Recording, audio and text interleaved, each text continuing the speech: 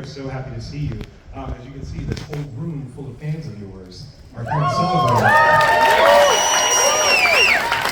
all the things that you do. So I asked the room earlier if there were any aspiring actors in the room. So we can talk about some process stuff so that they possibly can be influenced and follow your lead, because you are dynamic, you are stellar, and all dynamic, of your. I like that. Oh, absolutely. That's a nice word. Come on. So, absolutely iconic. So when it came to acting, I understand like being on stage was a big part of your inspiration as an actress. What about that really drew you to it? Well, I mean, when I was little, we always did like just plays like probably everyone does in school. I mean, if you're lucky, that's Did awesome. you do it? Did you do it? I didn't. I was shy. I was shy as a child. Yeah.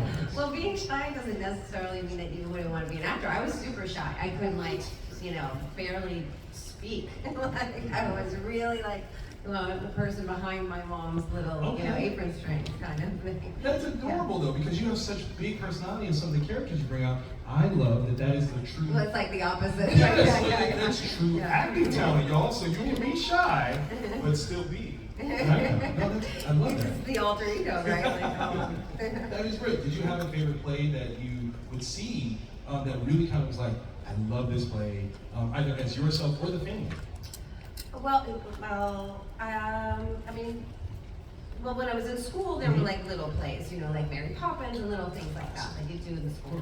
And then my parents did, because I grew up in Brooklyn, my parents took us to the theater a lot. So I did see the original A Forest Line. I saw Night Mother. I saw a lot of really very important shows with really great actors in them. Kathy Bates in Night Mother was just incredible. So there were things, I think also my parents really liked the theater, made them happy. So, you're a kid, you kind of want to always please your parents. You know how that is. Yes. And so I think, just kind of rubbed off. But they like musicals a lot, especially my father. I mean, we watched a lot of musicals, but I just don't really have the musical. I took a lot of dance lessons. I'm pretty solid tap dancer, not great, but a lot of things like that. But I just, there's no.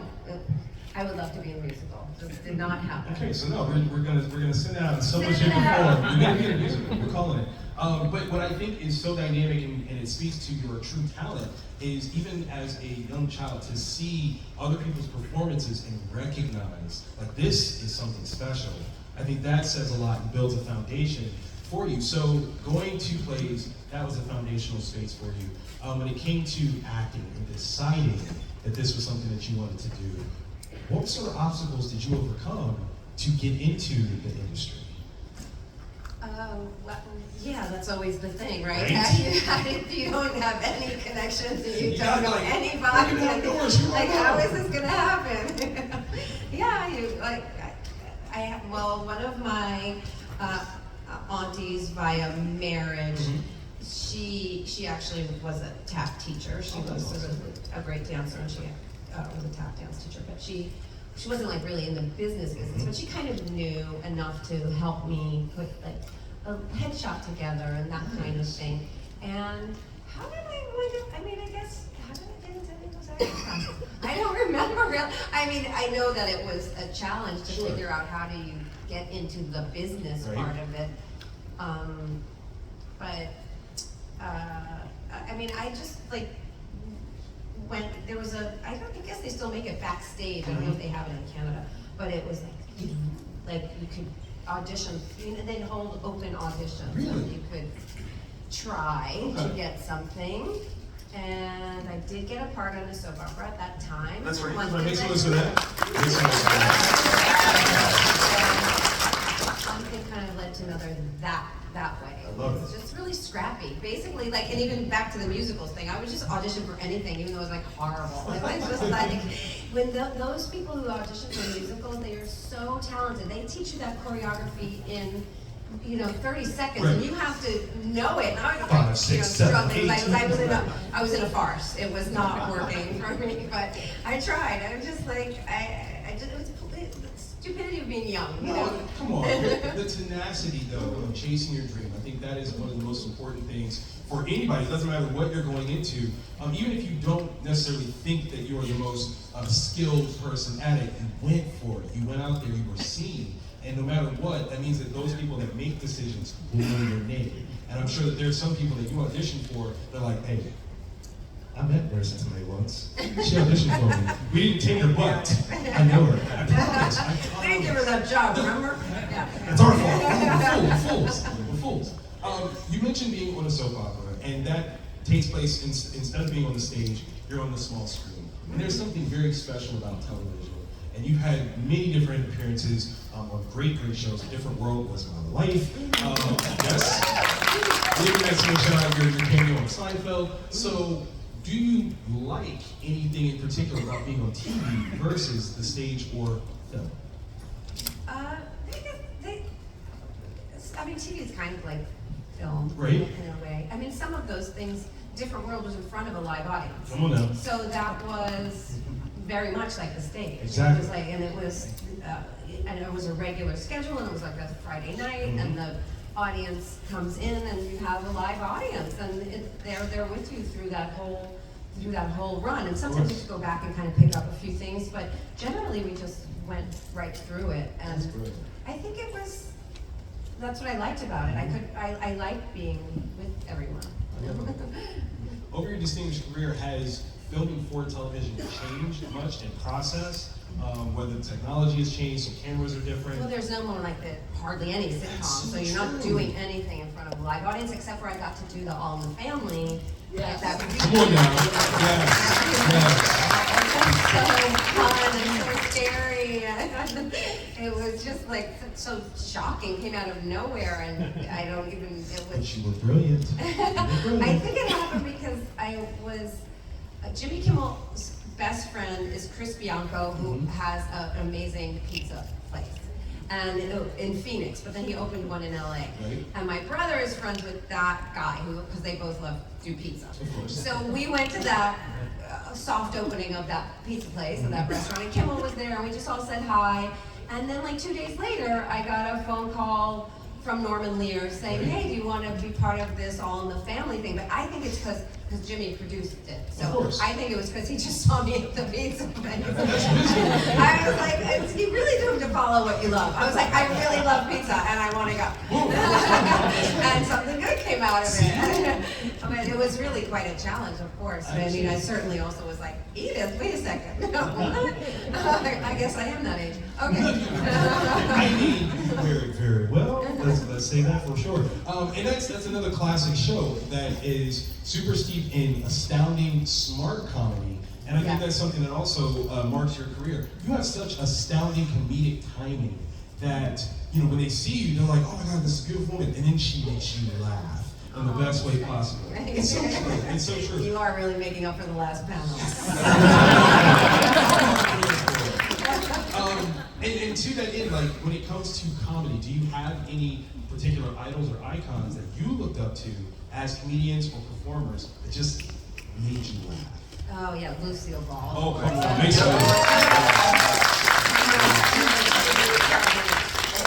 Come on. Yeah. Perfect line. Absolutely. And then I'd say Barbara Stanwyck in her funnier roles. Yes. And then my mother, she's funny. I think that's the other thing that is so spectacular about you is you have this wealth of culture that you dig into. Is that part of a New York upbringing? I mean, because obviously New York is a great place for culture, so many different things to see. Is that kind of where you build an eye for recognizing all the things that On the D train. I mean, let's go. It's the subway. I mean, it's the subway, or it's walking around the neighborhood. Right. But I really do think it's a lot about the subway because it's so diverse. And you Yes. see so many different kinds of people and different kinds of characters, and I always got a lot of inspiration from just being on the subway. Oh my Really. gosh, that's good. Do you people watch a lot? I mean, because you're pulling characterizations out in all your roles. Do you watch people and you're like, that's something for later. I'm gonna Yeah, I do. Some of you show up. That's right. Wait, that was me in line when I freaked out. Yes, that was amazing. Absolutely amazing. Considering in terms of movies, there are so many of your roles that have been truly iconic. Obviously, My Cousin Vinny, you guys are fans of that? To do so at that point in your career, what does that feel like as an accomplishment? I don't know if any of us have ever won anything in this room that was of that level of acclaim, but to stand out in such a prominent role that you won the award, what did that do for you as an actor?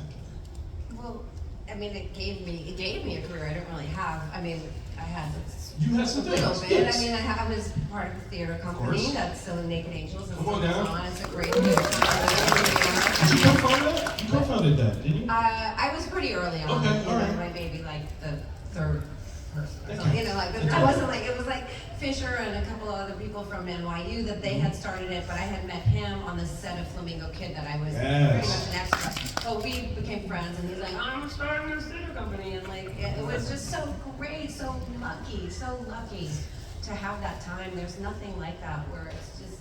I mean, there's nothing that I could do that would ever be really as pure as that time, and it was so fulfilling and felt. And we had an actual theater too. We had space, and that really gave us a home, and it was a place you could just show up at any time, and it would always be creative, and it was really a very, very special time. So I was in the company, and also had done the soap opera, like I was saying, and but I couldn't really break into movies, and I was just flummoxed. I mean, it's hard. It's hard. It is really hard.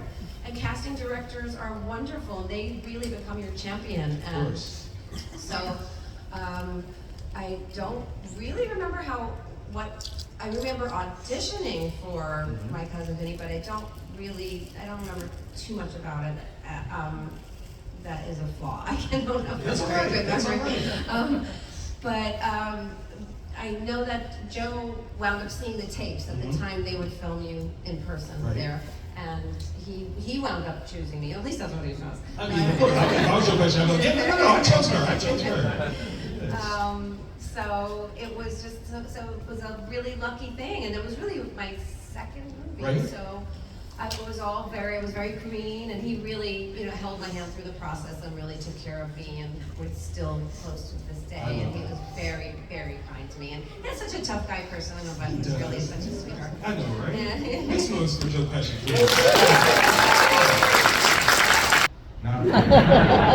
You know what? And I think that actually works so very well for your portrayal of Aunt May. No, it does, because she's just gets to be this authentic person. There was not this tie of who you had to capture. You just got to be the really cool aunt who was taking care of her nephew, which is fun. Well, my brother was he was the one. Yeah. So when you got the role, did he freak out? Well, I just asked him, what is this? Like, I don't understand anything. But he really, him and his friend Dave Medalon, we all went to high school with. I was like, I need you guys to give me the history and understand, like, at least what's the essence of what she stands for, because that's what I have to try to capture, because I wasn't familiar with it, and also the mandate from the studio was a reinvention. Of course. But you have to know what it is to reinvent, right? So I didn't know what it was. So they did spend a lot of time, telling me the history, and also what they really perceived as like what her why she was part of that universe at all. I love it. I mean, again, phenomenal. I think I shed many tears in No Way Home. I'm not gonna lie. We're not gonna talk about why, because I'm gonna cry up here. But out of those 3 movies, did you have any particular behind-the-scene favorite moments of bringing Aunt May to life? No, I mean, I think some of the favorite things were really just watching Tom and Zendaya grow up, and kind of watching them fall in love, and like behind-the-scenes things, and seeing their phenomenal talent. Yes. Being like blown away from the get-go. Of course. And just seeing them step into shoes that I'm blown away. Like, some people are just meant for it, and they are meant for it.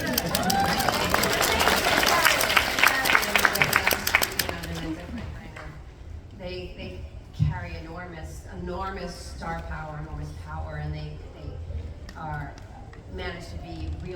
at the same time, and just multi-talent. They can do everything. They sing, they dance, they act, they do stunts, they design fashion. I mean, what are they not doing? They're incredible people. That's absolute magic. And again, I saw him do Shakespeare in London. Yes, I was there, and I went to see, and there he is. He's doing the verse beautifully. Like, he can do everything. And then he did a cartwheel and a flip. He was awesome. No, I love that. I absolutely enjoy that. When it comes to different genres, do you have a particular favorite genre to act in? And is there one that you are just itching to jump into that you haven't really done yet? Well, musicals. I mean, no, we get you that musical. We don't already chalk that We got that, right? We chalk that to it. If I gotta write it myself, we get the musical. Absolutely. And anything else? I mean, do you like horror movies? No, I don't like that. No horror whatsoever. No. I'm scared. I get so scared. I really am just, I can't. I don't know, the nightmares, I would get, The Purge, I mean, I had a small part in The Purge. Indeed, I was like, gonna say that. It was like kind of political, Yes, so I kind of went with it. Okay. Matt Jones was in that one. And like, it was like, okay, it's like a statement about how people are treated, and we're gonna like uprise. But but to be in a horror movie, I just think I couldn't. I have nightmares. That's fair. That's fair. And also, I can tell you, you'd be amazing at it. So I just want to throw it out there. If ever you're just bored, you're like, you know what? I'll just try that. So there are so many very talented people that, again, wear many hats when it comes to being in this business. For you, what other aspirations of the filmmaking or storytelling business are on the horizon for you? Ever sit in the director chair, or be producer, writer? What is on the horizon? I just want someone to write another really great movie. Done and done. Give it to me. Done and done. Yes. I mean, that would be ideal. Okay. Actually. Do we have any writers in the room? Just checking. I like that. For you, we have just a few more minutes, and I don't want to hold you up too long. For you, what are some of the best things that occurred as a part of your career when it comes to interacting with fans?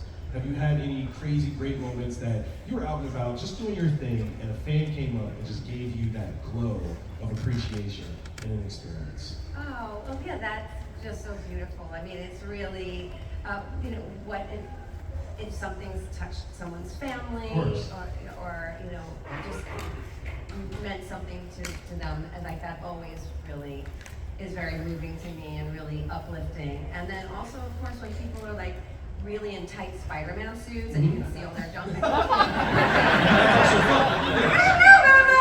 That's happened.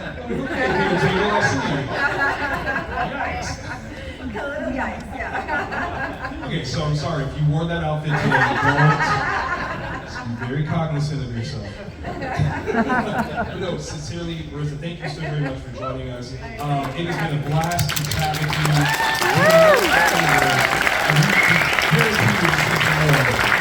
Thanks for being here. Make some noise.